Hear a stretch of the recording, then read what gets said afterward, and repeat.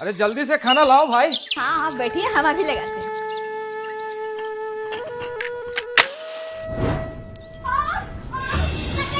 अरे क्या हुआ? ये डीजल का डब्बा लेके तुम बाहर चले जाओ। अरे बेटा पड़ोसियों को बुला के लाना, अपने घर में आग लग गई है। भगवान आप क्या करें? अरे कुछ नहीं होगा, तुम कपड़ा गीला करके गैस पे डालो, मैं स्विच बंद करके आता हूँ। जल्दी करो, जल्दी जल्दी से।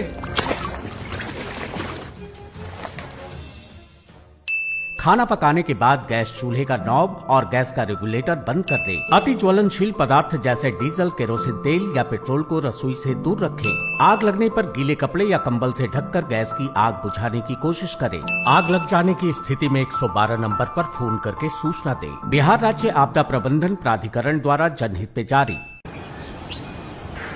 लो पकड़ो जी। जब हेलमेट लिया है तो पहन ही लेते। अरे पार्टी में जा रहे हैं, बाल खराब हो जाएंगे। फिर लिया ही क्यों?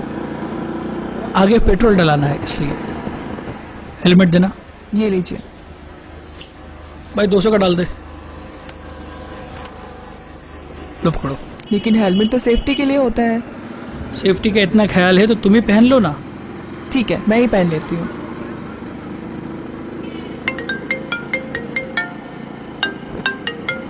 हाँ बोल।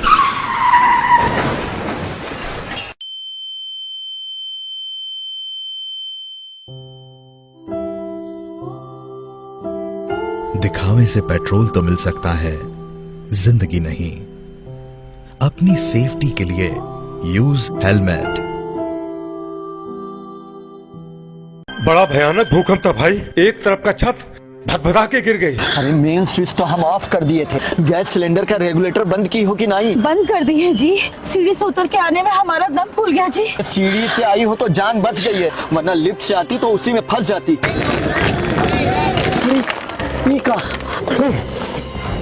भूकंप का झटका महसूस होने पर दिव्यांगों और बुजुर्गों की सुरक्षा का पहले ध्यान रखें। गैस सिलेंडर का रेगुलेटर बंद कर दें और बिजली का मेन स्विच ऑफ कर दें। खुले मैदान या पार्क में आ जाएं। लिफ्ट का उपयोग कतई ना करें। अफवाह से बचें। बिहार राज्य आपदा प्रबंधन प्राधिकरण द्वारा जनहित में जारी। मौसम खराब हो रहा है, जल्दी जल्दी अपना काम निपटाइए। ए जी, इन्हें सुनिए तो। अब यहाँ कहाँ आ गई? इतना खराब मौसम में ऐसे झुंड बना के काहे बैठल हैं आप सब? तो का खाना खड़े खड़े खाएगा? देख नहीं रहे कितना बिजली चमक रहा है? ऐसे समूह में बैठने से आप सब पे खतरा हो सकता है। आप लोग अपना काम को रखिए साइड, आ जाइए अपना अपना घर है। मौसम कितना खराब है। अभी बहुत काम बाकी है। ज्यादा बौराइए मत, जिंदगी रहेगा तो काम होते रहेगा। चलिए तो घरे। अरे आसमान से बिजली गिर रही हो तो आपस में 100 फीट से अधिक की दूरी रखें। नदी, नहर, तालाब, पोखर आदि से दूर रहें एवं खेती से जुड़े कार्यों को तत्काल बंद कर दें। अच्छा, बादल तो छाया हुआ है, बिजलियों पड़क रहा है, पर पानी का एक बूंद नहीं गिरा है। जी, इन्हें आइए तो। रख रहे। अरे आप क्या हो गया? एकदम जान देने का विचार है का? जानते नहीं है, पेड़ पर बिजली गिरने का खतरा सबसे ज्यादा रहता है और ऊपर से मोबाइलों से बतिया रहे हैं। वो तो ऐ मंटुआ, तुम्हारे लिए अलग से बुलेटिन चलाना पड़ेगा। बिजली कड़कने का आवाज नहीं सुनाई दे रहा है? जाओ अपन घरे। आपको चलिए। वर्षा और वज्रपात होने की आशंका होने पर किसी पेड़ के नीचे खड़े ना हो, बिजली के खंभों के नजदीक ना जाएं और यदि खुले में हैं तो जमीन पर एड़ियां सटाकर उकड़ू होकर बैठ जाएं। भाई वाह, सचमुच बरसात के दिनों में तो गांव के खूबसूरती में 4 चांद लग जाता है। हम बाकी इस चांद पे ठनका का तो ग्रहण लगते रहता है, बाकी तुम दोनों मुर्गा क्यों बन गए भाई? अरे मुर्गा नहीं बाबूजी, ये ठनका यानी वज्रपात से बचने का उपाय है। मतलब ये कि वज्रपात के समय आप लोग एक समूह में खड़े होने के बजाय अलग अलग दूर खड़े हो जाइएगा। और अगर खेतों में काम कर रहे हैं तो घबरा कर इधर उधर भागने के बजाय सूखे मेड़ पर चले जाइए और अपना पैर के नीचे सूखी लकड़ी, प्लास्टिक, बोरा या फिर सूखा पत्ता रख लीजिए। उसके बाद दोनों पैरों को आपस में सटा लेना है, फिर दोनों हाथों से कान को बंद कर लेना है, फिर सिर को नीचे की तरफ झुका लेना है। इससे तो अच्छा होता कि हम लोग दोनों कान बंद करके जमीन पर सूत जाते। जमीन पर तो सूतना ही नहीं है, ऊंचा गाछ, जलाशय, पोखर और टेलीफोन या बिजली के खंभा के नीचे भी खड़ा नहीं होना है, काहे कि बिजली को अपना तरफ आकर्षित करता है। हो सके तो जल्दी से जल्दी पक्का मकान या छत के नीचे चला जाना है। और हाँ, टेलीफोन या मोबाइल का इस्तेमाल नहीं करना है। और ये धातु वाले छाते की जगह लकड़ी के डंडे वाले छाते का इस्तेमाल कीजिए। और अगर वाहन में हैं तो सफर के दौरान वाहन में ही रहें और घर में बरामदा, खिड़की और दरवाजे से दूर रहें। बिजली के उपकरणों का उपयोग नहीं करना है और बिजली के उपकरणों को बिजली के संपर्क से हटा देना है। ठनका के मामले में मृत्यु का तत्कालिक कारण हृदयघात है, इसलिए अगर व्यक्ति के शरीर में विद्युत का प्रवाह न हो तो उसे तुरंत संजीवन क्रिया प्राथमिक चिकित्सा देनी चाहिए। वीडियो को अधिक से अधिक शेयर करें ताकि हमारे समाज में जागरूकता फैल सके, लोग एक दूसरे का जान बचा सके, आप अपना जान बचा सके और आप अपने परिवार का जान बचा सके। इस वीडियो को लाइक करें, कमेंट करें और इस चैनल को सब्सक्राइब करें ताकि इस तरह के कंटेंट सबसे पहले आप तक पहुंचे। ह्रीं क्लीं क्लीं क्लीं पक्षे स्वाहा धन वितरकाय स्वाहा ओम स्वाहा ह्रीं ह्रीं क्लीं क्लीं क्लीं ओम स्वाहा स्वाहा। चलिए तो देखते हैं मुखिया जी क्या हो रहा है। ओम ह्रीं क्लीं क्लीं का गोपाल, ये बिटिया को क्या हुआ? सांप काट लिया मुखिया जी। और ये सब क्या हो रहा है? जहर उतरवा रहे हैं। ऐसे उतरवाइएगा जहर? सांप के कांटे के निशान से लग रहा है कोई जहरीला सांप था।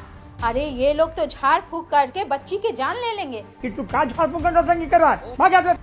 दवाई से कुछ ना होगा, हमें बुलावे पड़ेगा। चलो चल निकल चल यहाँ से। इससे पहले कि शरीर में पूरा जहर फैल जाए, इसे जल्दी से अस्पताल ले जाना होगा। वहाँ डॉक्टर इसे एंटीवेनम का इंजेक्शन लगाएंगे। चलिए जल्दी कीजिए। दो दंत के निशान विषैले सांप के होते हैं, जबकि विषहीन सांप के दंत खरोच के छोटे निशान लगाते हैं। इसीलिए पहले जांच करें कि जहरीले सांप ने काटा है या विषहीन सांप ने। इलाज के लिए झाड़ फूक या तांत्रिक के झांसे में न आए, तुरंत अस्पताल लेकर जाएं। डॉक्टर से एंटी वेनम का इंजेक्शन लगवाएं। जहरीले सांप भी हर बार पूरा जहर व्यक्ति के शरीर में प्रवेश नहीं करा पाते हैं, इसीलिए घबराए नहीं। बिहार राज्य आपदा प्रबंधन प्राधिकरण द्वारा जनहित में जारी। अरे बहू, लगता है भूकंप आ गया। जल्दी से गैस का रेगुलेटर बंद करो और कमरे के कोने में खड़ी हो जाओ जा करके। जी बाबूजी, आप ये दोनों बच्चों को लेके मेजवा के नीचे छुप जाए तो। नीचे नीचे नीचे छुप जाओ। टेबल के पैर को जोर से पकड़ रहना। जी दादाजी। भूकंप का झटका महसूस होने पर घबराकर भगदड़ न मचाएं। कमरे के अंदरूनी कोने के पास रहें। मजबूत टेबल, चौकी या पलंग के नीचे छुप जाएं। गैस का रेगुलेटर बंद कर दें। झुको, ढको और पकड़ों का अभ्यास करें। बिहार राज्य आपदा प्रबंधन प्राधिकरण द्वारा जनहित में जारी। हे भगवान, ये बाढ़, चारों ओर पानी ही पानी है और पीने के लिए 2 बूंद पानी नहीं है। सुनते हो गुड़िया के पापा, हम जरा नलका से पानी भर के लाते हैं। पगला गई होगा, टीवी पे कहा दिखाए थे, भूल गई का? अरे हाँ, हम तो भूल ही गए थे। तो बहुत भूला तो भाई। बाढ़ के दौरान बिना साफ किए हैंडपंप और कुएं का पानी न पिएं। बाढ़ के बाद बिना साफ सफाई किए घरों में न रहें। राहत और बचाव संसाधनों को सहेज कर न रखें। गंदगी और कूड़े के ढेर पर ब्लीचिंग पाउडर का छिड़काव करें। शुद्ध पानी के लिए हाइलोजन की गोलियों का उपयोग करें।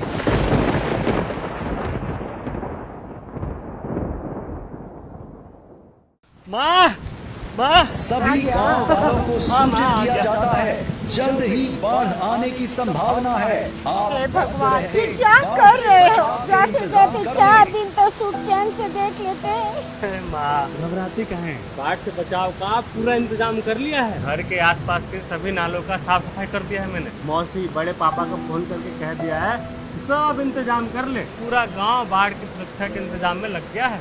तेरे ब्याह के गहने और जरूरी कागज, उसका क्या? वो सब सुरक्षित स्थान पर रख दिया। इसमें दवाई और सूखी सब्जियां रखी है। ये बोरा में लाइफ जैकेट, तारकोलिन की सीट और रस्सियां रखा है। अब हम गांव के मंदिर के ऊपर जो ऊंचा स्थान पे घर है ना, वो में रहेंगे। चल। दवाई और सूखे भोजन का इंतजाम कर लें। नाव, ट्यूब, लाइफ जैकेट, रस्सियां, तारपोलिन शीट आदि का बंदोबस्त कर लें। ऊंचे आश्रय का चयन करें। नालियों की साफ सफाई सुनिश्चित करें। जेवर अथवा जरूरी कागजात व अन्य सामान को सुरक्षित कर लें। बाढ़ की जानकारी हेतु चेतावनी एवं सूचना ध्यान से सुनें।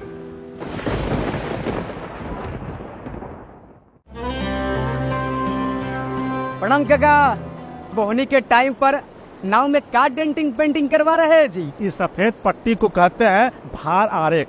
नाव पर हार आरेख का मापन सुरक्षा के लिए बहुत जरूरी है। हार आरेख अगर डूब गया तो समझो कि नाव ओवरलोड है। साथ में नाव का पंजीकरण भी जरूरी है। ये तो जबरदस्त जानकारी दी है काका।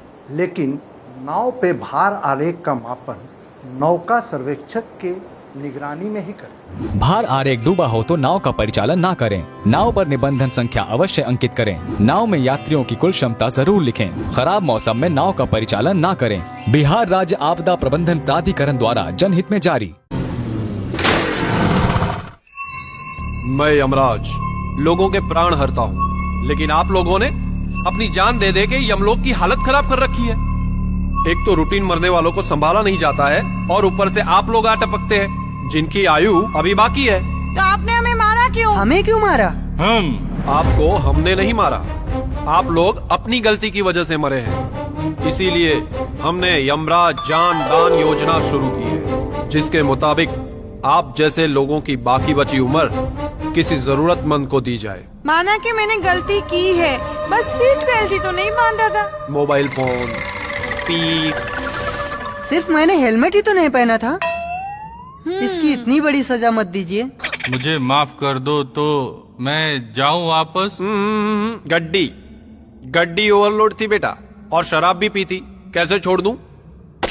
आप लोगों को न कानून पसंद है, न ट्रैफिक पुलिस, न सिग्नल, न अपनी पड़ी है न अपनों की पड़ी है। आई एक और गया बाइक चलाते चलाते।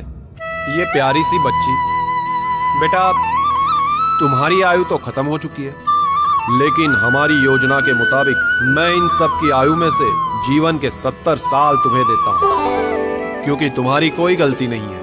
थैंक यू यमराज अंकल, मुझे जिंदगी देने के लिए मैं घर जाकर सबसे कहूँगी। मम्मी ड्राइविंग करते वक्त सीट बेल्ट लगाना और फोन पे बात मत करना। पापा शराब पीकर कभी भी गाड़ी मत चलाना। भैया बिना हेलमेट घर से बाहर मत निकल जाना बाइक चलाने। और स्पीड तो बिल्कुल नहीं, क्योंकि स्पीड का रास्ता सीधा यमलोक जाता है। आपकी जान आपके हाथ में है, मेरे नहीं। संभालो।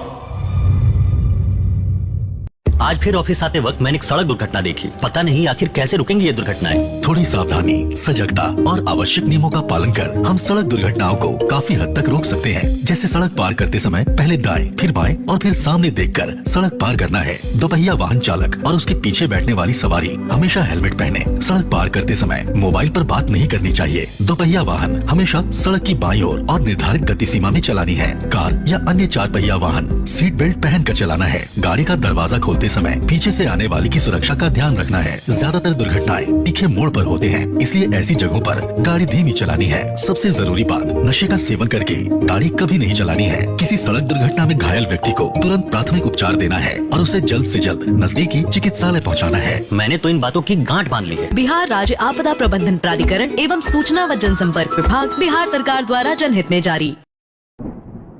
अरे कहाँ जा रहे हैं इतना हड़बड़ में? अरे टोकने का आदत नहीं जाएगा तुम्हारा।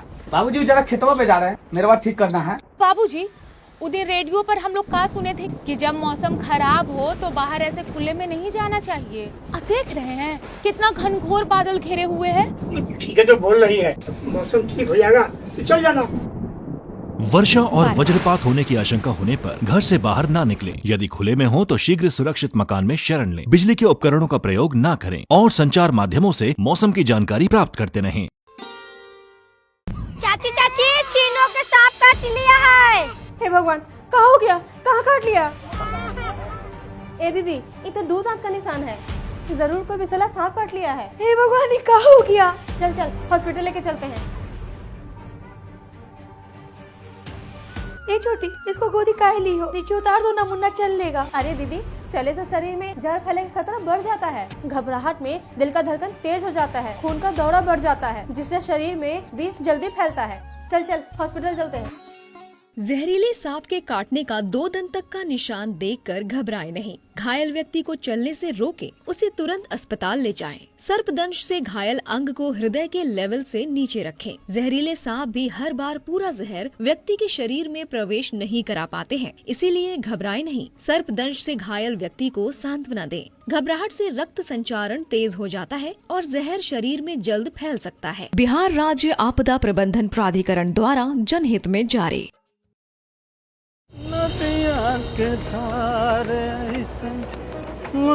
आजा भैया आए, वो पर जा रहे लोग, फटाफट आइए, बैठिए, चलिए। अरे तनी हाथ लगावा हो, गैया चढ़े दा।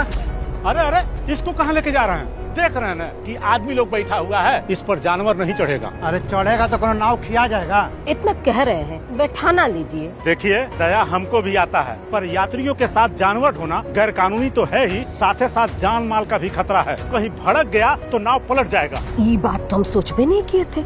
जिस नाव पर मवेशी ढोए जा रहे हो उससे यात्रा ना करें। जर्जर नाव से यात्रा ना करें। नाव पर दर्ज यात्रियों की क्षमता जरूर देखें। 15 से 30 सवारी वाले नाव पर 2 नाविक और 30 से अधिक सवारी वाले नाव पर 3 नाविक आवश्यक है।